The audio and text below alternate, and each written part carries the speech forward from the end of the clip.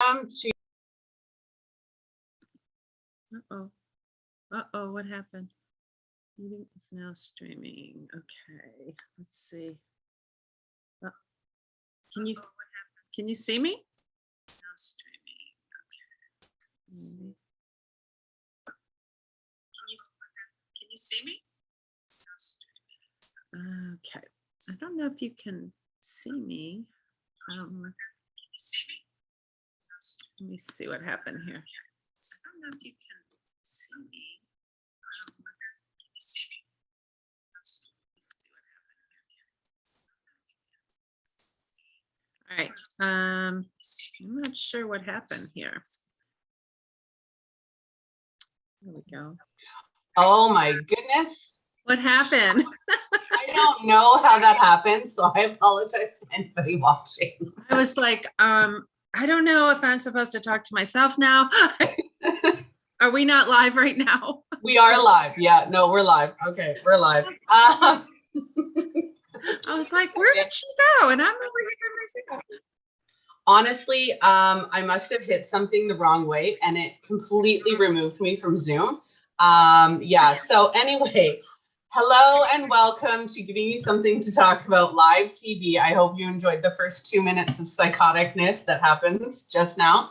I am your host, Melissa Krechler. Today, my guest host is Deborah Corbin, and we're going to be talking about creating change from challenge, as both of us created our businesses and the lives we live now out of challenging situations. So that's it. I'm an identity coach and spiritual teacher. That is all you need to know about me for now until you get to know me through the show. So I'll hand it over to you, Deborah, to introduce yourself. All right. Hello. I'm so happy to be here. I like to introduce myself as a peopler. I love people so much, and I have always worked with kids. I've been an educator my whole life, and now a transformational coach, leadership and transformational coach. And yes, you're right. Turning adversity into gold is definitely something that I would say is one of my top priorities in life, and I help my clients do the same. And seeing people in their highest honor is really my specialty. It is transformational because when we did the pre-screening interview, and so anybody who wants to be a co-host, just to let you know off the hop, I do a pre-screening interview so that you can come on and we can have a quick chat before the show. So when you and I were doing that, we really had quite the connection. It was like you and I do exceptionally similar things, just in different ways and different wording. And I want to say different energy because we are two different people.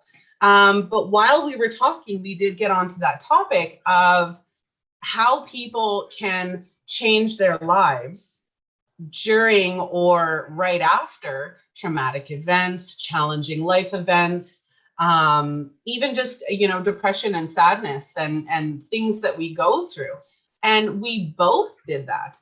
So this episode today is all about that. It's about how we created our own businesses and our own transformational lives through our struggles. So I'll start off really quickly to say, when I started coaching, it was about 5 years ago. And Chester Bedingfield, and I hope I said that right, of Lincoln Park had committed suicide.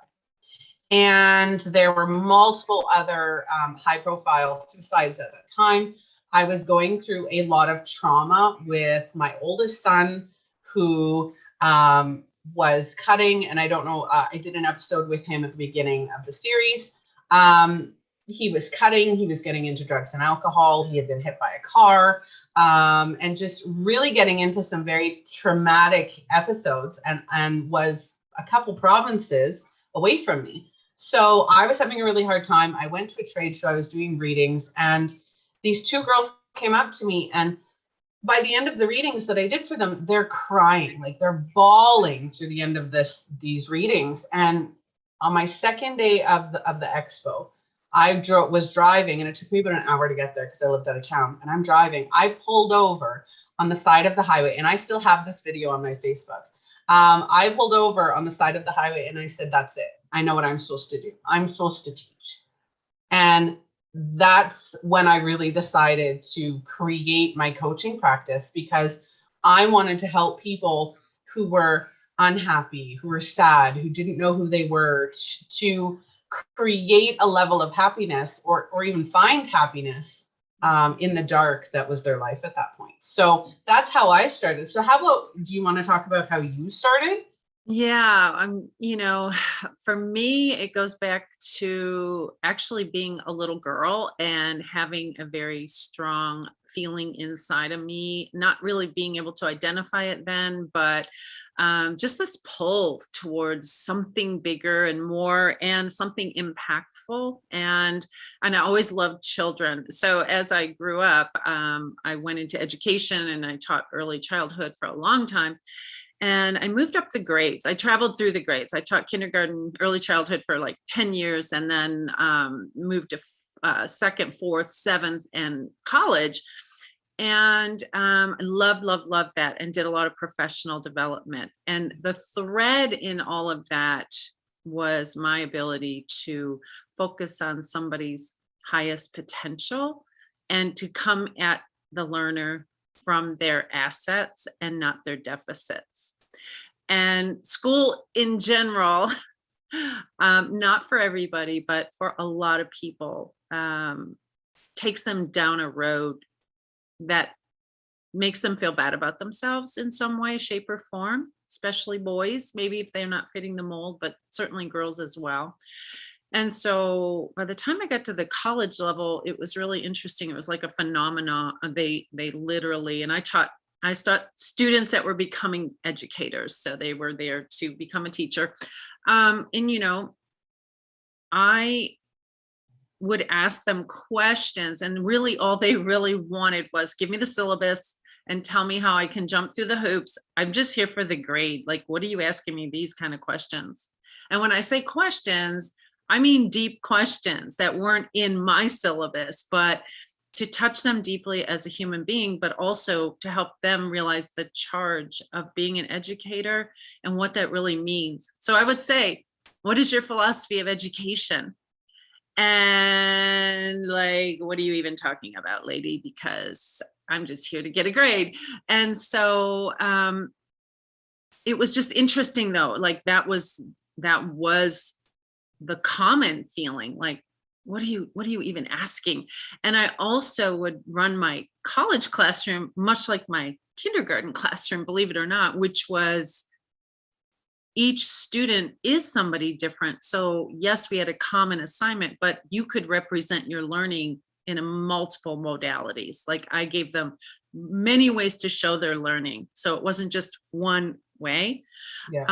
And so I say that all to say is what I saw in that, and then looking backwards in all my other educational grades, I had this snapshot backwards to go, wow, people's identities have been so impacted by their life experiences, of course, but it's not necessarily somebody's true identity, right? No. How they came into the world. Yeah, it's absolutely not. I wanted to do a series. I was going to do a series of paintings. I'm not an artist. so it was a little bit odd for me, but I was doing one at one point. By the way, just to interrupt that for a second. So if anybody watching live, absolutely comment. I am seeing comments. So Rob Kahn, hi. He said hello to both of us. So I will go back and talk about, somebody you're going to want on your show. So Rob, pay attention. If you're here, I'm glad you're here. Thank you. And Rob, get connected so you can be on the show. I'd love to. You know what? I don't have enough men on the show, and I oh my God, showcase men because his mission is huge. It's huge. Okay. So getting back to kindergarten, I have 4 kids, and my kids' age range from 7 to 19. And I was talking to one of my kids one day, and you're right. We do base our entire lives, our adult lives, our teens, our late adult lives on the things that we've experienced and been taught. You and I both have that belief in that teaching. You think about school though. So kids are learning who they are, right? From the time they're born until we're adults, we're learning and trying to create this persona of who we believe we are. So if you go to like kindergarten, right? Mhm. And I laughed at this one. I understand why it's done, but what it's teaching to children is not always a positive reinforcement. So you think about coloring inside the lines. Right? That is such a powerful, if you think about that just a little bit differently and change your perspective, you're teaching a child as an educator, you're teaching your children or the children that you're teaching to color inside the lines for fine motor skills, right? That's why you're trying to teach them to color inside the lines. But at the same time, by constantly telling a child to color inside the lines, we're telling them that their coloring is not good enough unless it's perfectly inside the lines. Right, which they can't do when they're exactly. Well, some can. Yeah, but it's such a flip there, right? To see, okay, we're telling them to color inside the lines so that they use their hands and promote healthy hand strength and fine motor skills. But at the same time, like that's so confusing. Well, you are starting a conversation that we could be here until tonight if we get into what is developmentally appropriate for fine motor development. And it would not be it would not be to ask a child to color within the lines. And that is the fallacy, and that is the misinterpretation and negligence on educational experiences. And so the research does not support anything with lines for young children. So this whole conversation, we need a whole nother show for, but then we'll get back to the topic.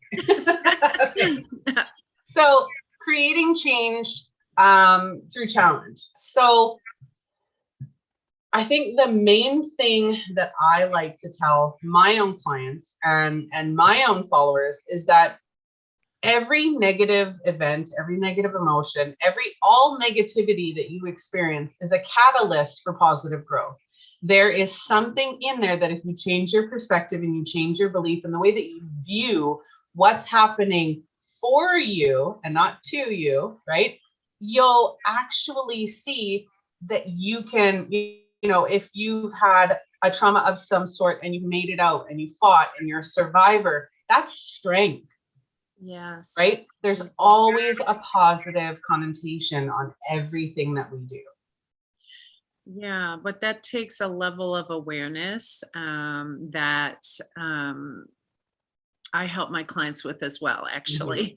We follow our patterns, our identity until we don't, until we become aware that, oh my gosh, there is another perspective to take here, and that I can take these happenings in my life and reframe them and allow myself to be the one to not let that define me, but to refine me, is what I like to say.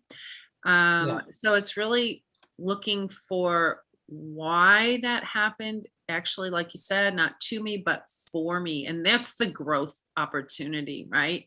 And it does take a seeker to go into those experiences. And we're not talking about when you're in acute wounding, in an acute state of trauma. That's that's a very different level. It's coming through that and then making sense of it. And why do some people make sense of it and actually use it to propel them, and other people stay stuck in that loop, is a really interesting question, right? Yeah. I would say for me, I think it's because they don't know how, right? It's either they don't know how, or in my experience with a lot of my clients, they're too emotional still, right? I find that a lot of individuals tend to hold on to the emotional trauma, not necessarily the physical or the verbal or whatever form of trauma. They hold on to that victim emotion of it, right? And that propels them to stay in that victim mentality rather than, any processing of what actually went on, right? Right. Yeah. I call that unconscious commitments. Like you get up and use that same paradigm over and over because you're not conscious, like you said. Maybe you don't have the skills, or you haven't been working in a situation with a coach or something or a therapist, to open your mind to becoming conscious of it. Yeah, But for sure. that is only the very, very rudimentary beginning, right? To become conscious. Then the real work has to come in place Oh my God, to go, oh my gosh, if I'm going to shift my whole inner psychology, that's not, you can shift your awareness about it in a moment, but then to consolidate and to recalibrate make it a habit. takes like continuous commitment. And that is the work that I do with my clients too, is help them to have these strategies to recalibrate to where they know they want to be or who they want to be, and be that person right now, even though it might feel like a stranger, right? But to continue to reach into it. But it is like building a muscle, and muscles are only built when you are willing to put yourself in a place of discomfort. Yeah. And how many people actually prefer to stay in that discomfort because it's normal now? I find that happens so often, is you've lived so long with the identity that you're, for me, identity, right? For the identity that you've been portraying, that it's become second nature. It's habit now. And then you turn around and you're like, well, I don't want to think that way, but it becomes normal. And then you feel out of place, like you said, right? Like you're a stranger trying to switch the way you think about yourself or the way you think about your life, or whatever situation you find yourself in, because your identity comes down to literally every aspect of your life is based on it, right? What do I think? What do I feel? What does this belief trigger in my emotional state? And 90% of us work from our emotional state rather than a logical. Yeah, I mean, we're emotional bodies, we are energy. So that's the thing, learning how to procure the energy and the emotional, what do I want to say? The emotional resonance that you want to exist in is that work, right? I was going to say something. Oh, we were talking just about that this weekend in my course that I have going right now, about what have you normalized, and even dysfunction feels normal when it is your norm. Like, and it's eye-opening to look at your different categories of your life and what you actually are normalizing, not because it's taking you where you want to go, but it's because you've settled into the comfort of the discomfort, right? And that is dysfunctional once we become aware of it, like, oh, wow, why would I do that? But why do we do that? Is because the fear of the unknown to change. Yeah. Like that is going up in that zone. I call it the stretch zone, but it's really a place that you haven't gone before. So it's scary. Who wants to be scared? We want to be safe. That's our basic needs. That's on Maslow's hierarchy of needs. It's at the base, to be safe. So it's all very confronting. Ifs, right? Pardon me? Then all the what ifs. What if this doesn't work? What if this doesn't work? And then not only that, a lot of people don't realize that some people are more afraid of the what if it works. Yeah, that one always surprises me, but you're right. So many people are. I think a lot of people are afraid to try because what if it doesn't? Then I've tried and then I really do get to say it didn't work. But if you only half try or you don't really try, then you in your mind can say, well, I didn't really give it my all. But if you give it your all and you don't get that result, then what? And we've been so conditioned to think, I either won or I failed or I lost, right? Like only two ends of the spectrum.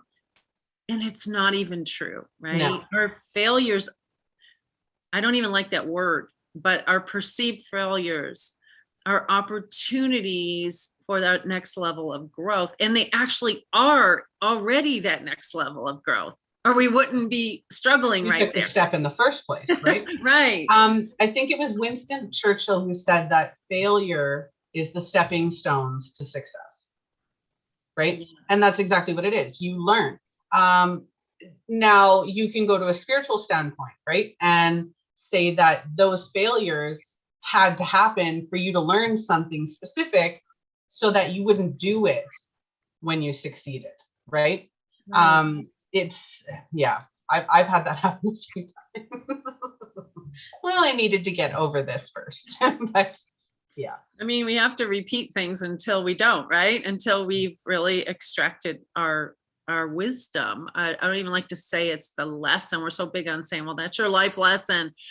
You know, and we have a connotation about that. You need to learn your lesson, right? And it's not that. It's, oh my gosh, you have an opportunity to extrapolate something from an experience. That's a whole different energy than saying, oh, I needed another lesson in that, right? So I Yeah. love to reframe things on the side of highest honor and what's going to make you feel good about this journey, right? Instead of like holding yourself hostage, which we all have done to the negative things about ourselves, which keeps us in a negative loop and we perpetuate it. So for me, my clients know that I talk about radical self-responsibility, and it is radical to look at yourself deep in the eyes, in the truth of what you're actually doing and showing up as, and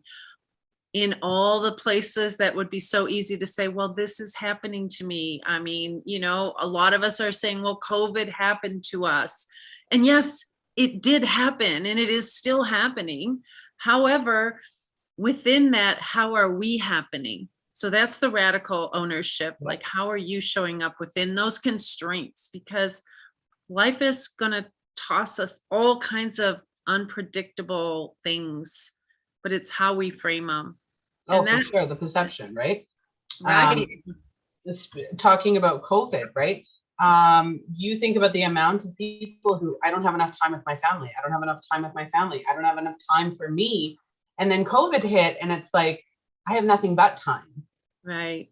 Right. So while there's still that negative in there, and none of us, and this is one of the things I tell my own clients, because it's such a powerful lesson, is the only guarantees we have in life are three things. One, taxes, because we're all going to pay taxes at one point. Two, death, right? We're all going to die at some point.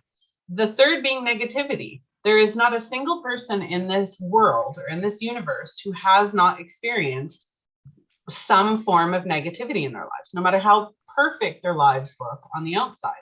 And if you can change your perception of how that negativity impacts your life, right, which is exactly what we're talking about, it changes your emotions behind it. It changes your beliefs behind it. And then in turn, it changes your actions, right? If this is happening for me and not to me, what can I use it to do?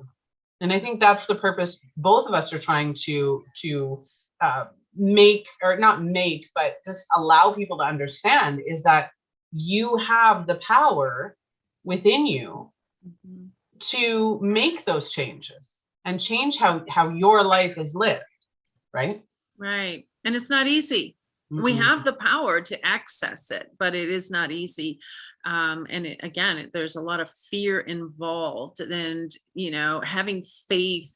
And what I say to my clients also is that your results are in your processes. We think our result is the result. I want to lose 10 pounds. So when I get to 10 pounds, yay.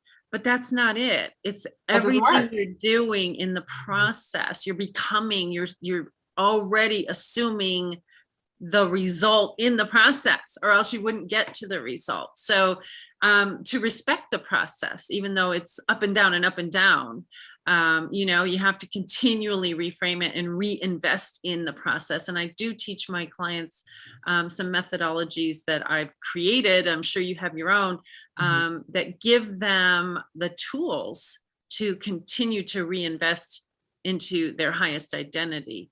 Yeah. So they know how to start their day, for one. Yeah. Speaking of the weight loss, I use that one as well, which is that's kind of funny.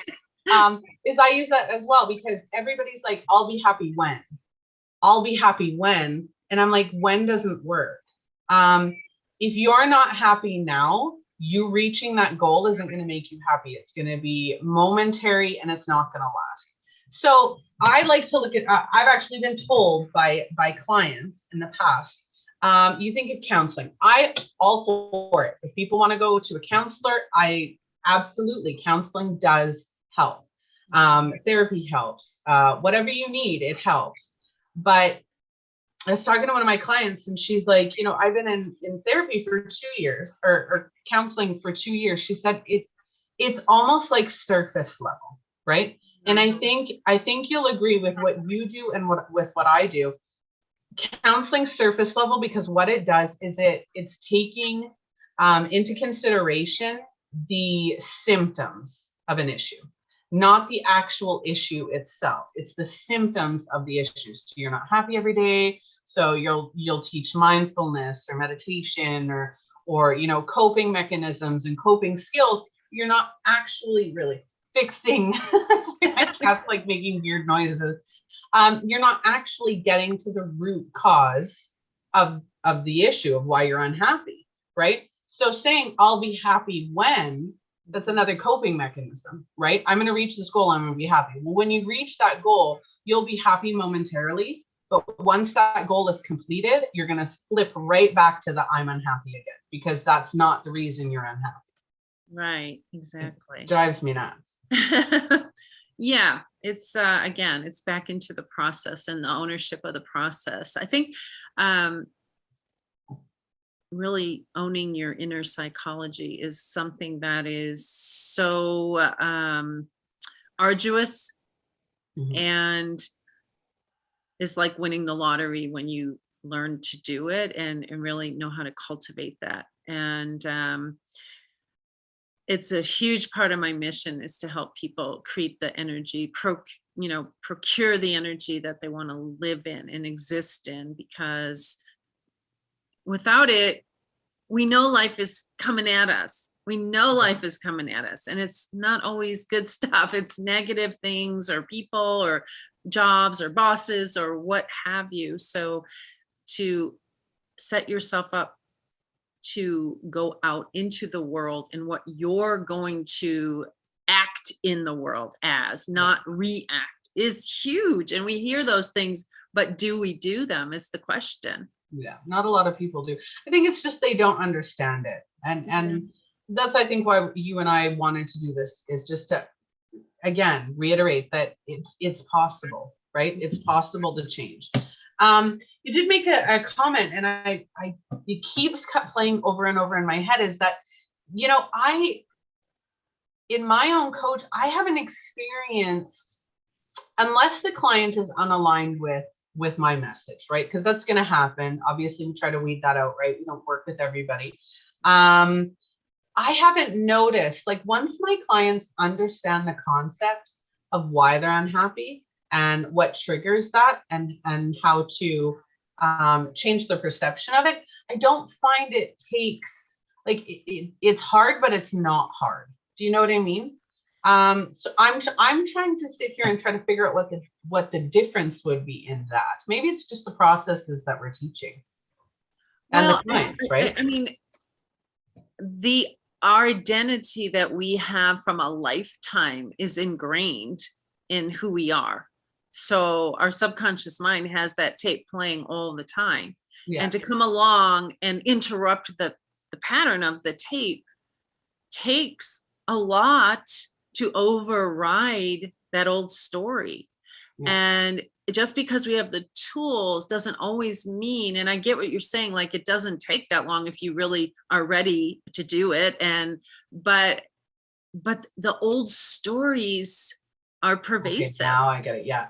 The old stories. With that situation, yeah. So now I understand what you're talking about with that. I just had to kind of, get a little bit different. That I agree with. What I normally tell my own clients is that in situations like that, it's going to happen, right? It's like quitting smoking. So I'm a smoker. I'm not going to lie. My habits of choice. I'm a smoker, and whenever I've quit smoking, that inclination is still there. That habit is still there. That, the belief is that still there, that, I need a cigarette or I need this. So any belief that you have in your life that's creating that unhappiness, right? Or that doubt or fear or whatever it is that you're working through, it's going to keep coming up even after you've changed it. It'll still keep coming up because it's testing you, right? And every time it'll test you and test you and test you until you've gotten to the point, where it no longer tests you. In that, I always suggest to people, feel it. Allow yourself to feel it. Feel the fear, feel the unhappiness, feel whatever it is you want. Acknowledge that you're feeling that way, but remind yourself, this isn't who I want to be anymore. And that actually will rather quickly change that thought process, right? Because I don't have to feel that way anymore. And it gets a little bit easier every time.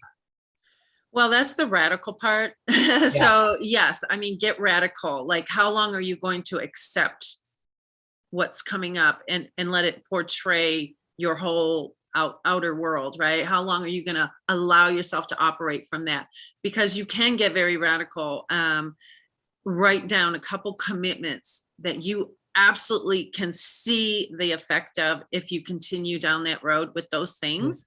And then let's put 2 actions in place that actually claim it on paper. I'm going to do this to shift that, and really have it in front of you and own it. That's the thing, is own it every day. And then ask yourself, am I owning that? Because it is easy to slip back, but we know that path isn't getting us where we want to go. Where we want to go is in that stretch zone, even though we might not want to go, but growth is happening there. Your next level is in that stretch zone. So it's exciting and scary all at one, but it's, again, I work with entrepreneurs and they want to put themselves out there, and they might have that fear. They might have that self-doubt that's been playing out for a long time. So what I'm saying again is, how about reframing that and going up in here and giving yourself that opportunity to claim what you want? Because if you want it, you've got to go where you are being called, and it's going to require a next level of yourself, right? So growth is messy. It is messy, but it is for sure. It's very emotional. It's very dedicated. And it can take quite some time, for sure. I think entrepreneurs, your business is only as healthy as your own inner identity, because however you feel as an individual, it's going to show up in your business all day, every day. And so that's why this is really important work, especially if you are an entrepreneur, to face. Well, entrepreneurship will require that you face all these things about yourself, right? Because they're all going to surface. They're all going to show up. So that's the beautiful thing about having some tools to manage through that. I think it's in anything, right? If you start a new relationship, all those insecurities are going to come up. If you start a new job, all those insecurities are going to come up, right? It's a never-ending cycle. When you don't know who you are, you don't feel confident in who you are, and you're riddled with the beliefs and ideals of everybody else, it's going to come up no matter what you decide you're going to start to do, right? And go from there. I think when you're young, your true self is free to be. And so if you go back and remember the things that you love to do and the things that you were doing when you were just not even thinking or caring, that's really who you came here to be, I think, your soul self. And that, if you can get back into that self without all those painted on identities, that's the thing. It's kind of like taking those layers off of, where did this even come from? Maybe at school, someone told you weren't good at math. I know some people that were told that, and I had a client who said, I can't go into the profession I want because I was told I wasn't good at math, but she changed that. And then she went into accounting, but she loved it. So it's crazy, right? We just believe it before we are equipped not to. No, for sure. I hated math. I think all of us on this emotional IQ, where we really are high on the emotional IQ, don't have that other side of the brain. You know what? In grade 3, I had the worst teacher. I think we ended up getting her fired that year. I would go home crying every day because we had a Halloween party, and she said, if you can't do your times table as I do this, you can't come. there was probably half the class had to sit outside the class because we couldn't do our times table on a snap of a This is making finger. me crazy. This is one of those educational stories. I Yeah. can't stand here. But that created an issue with me going forward, because I always, from that point on, I struggled. I can do math and I know math, but if you put me on the spot, Yeah. I forget everything. Right. see- And that was a created belief from that particular point. Right. So dealing with trauma now, if somebody asks me, like if my daughter's asking me, Mom, how much is this? I can figure it out because I've worked through that. Right. I've worked through that belief. Yeah. See, it's funny you're talking about this, and I'm having a memory of a girl, and I remember her first and last name right now, and we probably were in 3rd or 4th grade, but with these time tests, and she was a whiz at math, so she would finish that thing in 30 seconds. And I remember how that affected my self-efficacy after a while. It was like, well, I'm not even going to try because so-and-so is absolutely going to win. And it was always a win. You win if you get done first. And that affected me deeply. I'm still remembering it now, all these years later, her name and everything. So there you go. I think those emotional, those situations in our life that were emotionally charged definitely are the ones that stay in us until we. Yeah. Mm-hmm. So speaking back to the topic on, change from challenge, right? Is when you have clients who are experiencing challenges, what are your go-to tips for them? How would you tell them to create change from that challenge? Well, I do have a whole process where I have people work on the identity formation, and I won't go into that all right now because it would take a long time. But again, it is about looking at the context of the situation, the origin of it, and a lot of times looking at the person that helped or took you down that wrong path, and looking at that person, like, what was their skill set? Meaning, let's just say you have a very dysfunctional family and there's abuse and things like that going on, and then you've taken it to heart that you're not worthy. But if you can look at the context of those people, they weren't functioning on a high level at their point in life, yet they were handing you a feeling and an emotion deep within you. So looking at it now with new fresh eyes and the context, releasing the person from blame, but also freeing yourself from the whole thing that you're holding in a certain way, and knowing that you can reframe it. Now you can extract the wisdom from the experience and use that. Does that make sense? Yeah, no, for sure. For me, I like to say that, again, and I have like this whole PDF on this, is number one, acknowledge, right? Every situation that you go through, and I know it might sound spiritual and it's not, but every situation that you go through, you're going through for a reason.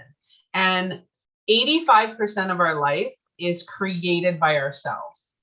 15% of that is created by outside forces, which could be other people, right? If somebody punches you in the face, that's part of that 15%. You can't control what they do. But you can control who you allow in your life. You can control all of this. So if something's happening to you in that moment, acknowledge it and say, okay, this is happening. I feel X, Y, and Z. I feel sad. I feel upset. I feel victimized, whatever it may be. And then ask yourself, okay, what do I need to do to learn from this and grow from this, right? Is this a lesson in my strength? Is it a lesson for me on walking away? And I know you don't like lessons, but is this helping me, remember that I'm strong enough to walk away? Is this, to remember my strength and stand up for myself and punch them in the face back? Like there's multiple different variations on one situation, right? And number one, always acknowledge how you feel. I don't care how crappy you feel. Acknowledge the fact that you feel that way. Don't try to hide it. Don't try to push it down, because that's not going to work. You need to work through those emotions to get to the belief. Yeah. Well, that's looking at the truth of the situation, right? Yeah. And sometimes it's painful and people want to look away or drug away or alcohol away or Netflix away. But And that doesn't work. that doesn't work, but it's a coping mechanism. Oh, for right? sure. But it's Doing a definitely whole not. episode on that one. Yeah, right. So when we talk about life is happening not to us, but for us, I like to tell my clients that there's another level of that. And it is now, once you have taken that, extrapolated that wisdom, now how is it going to happen from you? Like, how are you going to take this out into into your life now, right? So it's not enough to just say, oh, that happened for me because blah blah blah, but now once you recalibrate, it's from you now. So that's like another level, right? Of, okay, I'm going to show up in my life the way I choose. And I like to subscribe to extraordinary. I like to subscribe to excellence and not perfectionism at all. Perfectionism is like the death of everything. I used to subscribe to that, and it just is, it's unattainable. It doesn't really even exist, but except for in our mind. But there is a level of excellence that you are going to emphatically decide that your life is yours for the making and the choosing. And this is how I'm going to bring the wisdom from me now into my life and create the life I want. And that's exciting. That's really exciting, because that's why we're sitting here. We both said, oh, for sure. Yeah. How does this all happen? It happened for me, but now it's going to happen from me. You've got this show you've created. I've got courses I've created. We work with our clients, and we're driven. So that's like a level of standard and commitment that I'm showing up in the world in a different way, the way I want to show up. And to me, that's so empowering. So helping people see their potential, actualize their potential, and show up as a shining bright star. The star of their life show, right? It's like, oh, for sure. And that's, and again, people don't understand that. I can give an example to that exact, one of my favorite examples is, you have a set of twins, identical twins. They're the same in every way. And they grow up in an alcoholic household, right? They both grow up, one becomes an alcoholic, one never touches alcohol, right? They're identical in every way, but their perceptions and what they chose to do with those perceptions created completely different lives. Yeah. Right. So there's always different variations. You might see things one way, right? For anybody watching, you might see things one way, but it might not actually be that way. And it only is because you think it is.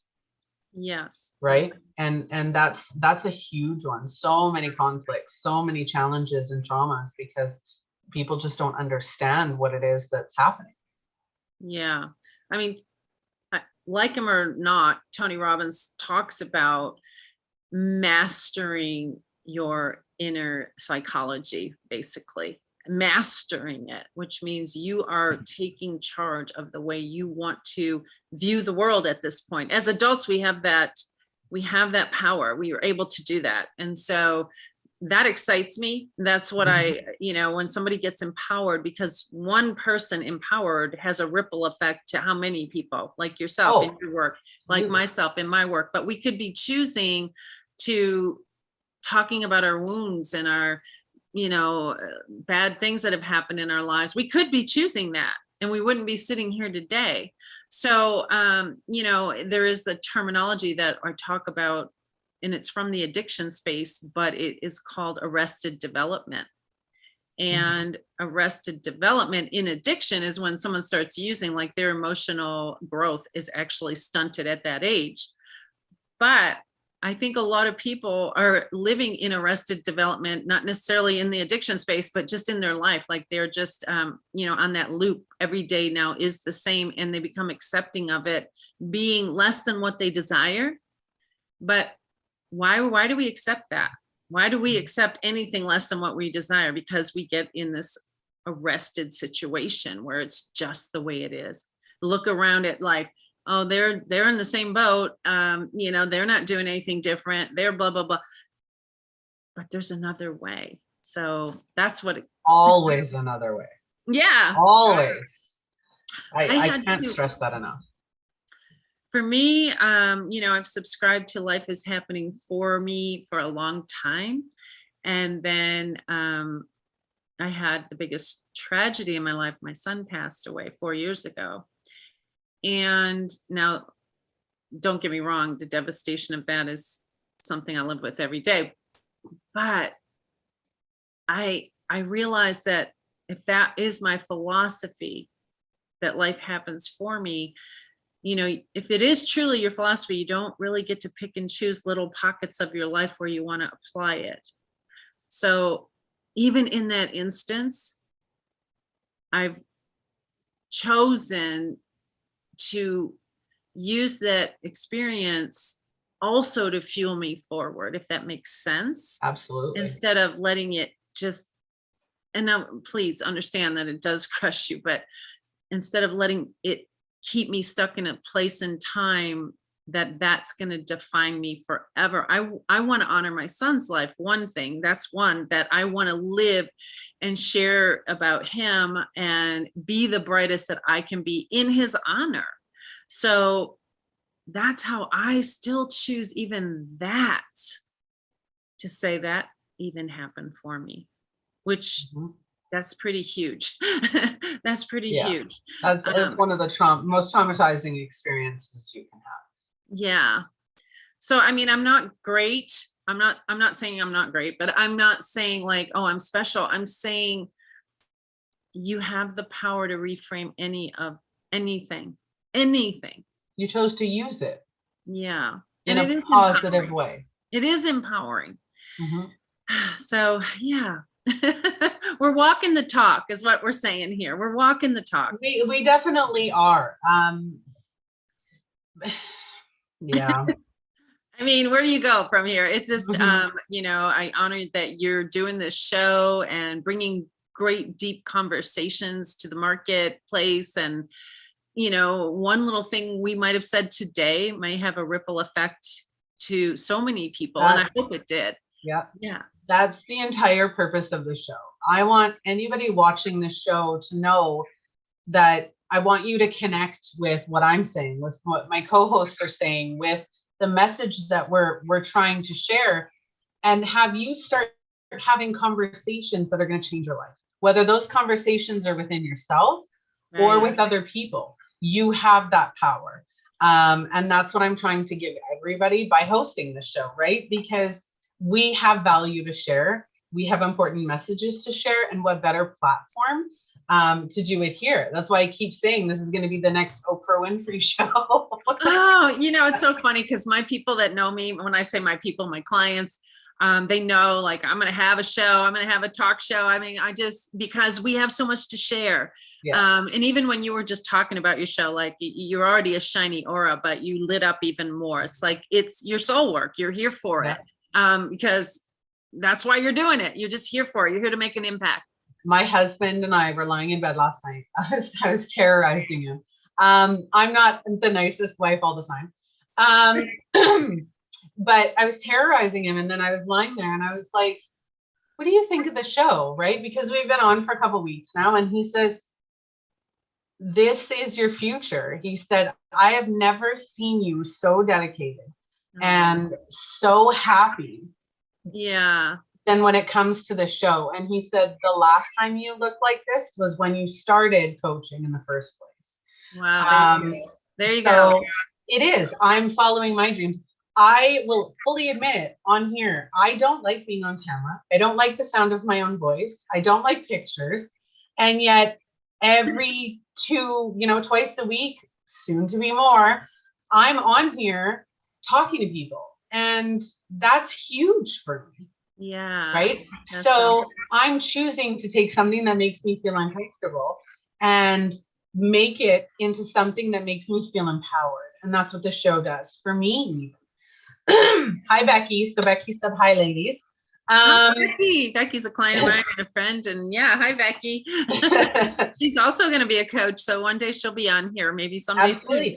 You know what? The show is not just limited to coaches, so I will get into that now at the end of the show. So I'm always looking for guest co-hosts. I'm always looking for featured tips or topics that anybody would like seen on the show, and sponsors to the show. You can sponsor an episode, sponsor the website, or sponsor a platform. When I'm looking for guest co-hosts, I am definitely looking for more men. Fingers crossed, because I love the men's perspective, the male perspective. So I'm going to say thank you so much, Deborah. Is there anything you'd like to finish off saying? You know, I had a closing that I guess I like to leave people feeling inspired, and just whatever it is you're going through, if it seems endless or it seems too much, or, find a group, find a mentor, find somebody who can hold space for that, but yet reframe it with you, for you, and lift you, because that's what we're here doing. We're making an impact on the consciousness of the collective. And there's always, always, always a better day. And it can be sooner than you think. So I like to offer hope. Hope is so important. When we lose hope, we go into really bad places. And, I think as a country, worldwide, we've lost some hope, right? With everything going on. And so this is a bit of bright light, but we need a lot of connection. Everybody needs connection. So reach out to either of us. I know we're just big connectors. I started this by saying I'm a peopler and I thrive on people. Hence why we created the show, right? Hey. So absolutely. My information, you can connect with myself. You can connect with Deborah. All of our links will be in this video on the website. If anybody wants to connect with me about collaborating with the website or collaborating in the show in any capacity, please do so. It is www.justalivetv.com. And you will find both of us there, as well as in the Facebook page and Facebook group. And again, reach out. No matter whether you're catching it live or watching the replay, we appreciate you. And we hold space for you. So make sure that you connect with Just Alive. So lots of love. Thank you so much for joining me today. And I love this topic. Thank you for having me. Perfect. And we will definitely have you again. All right. Bye.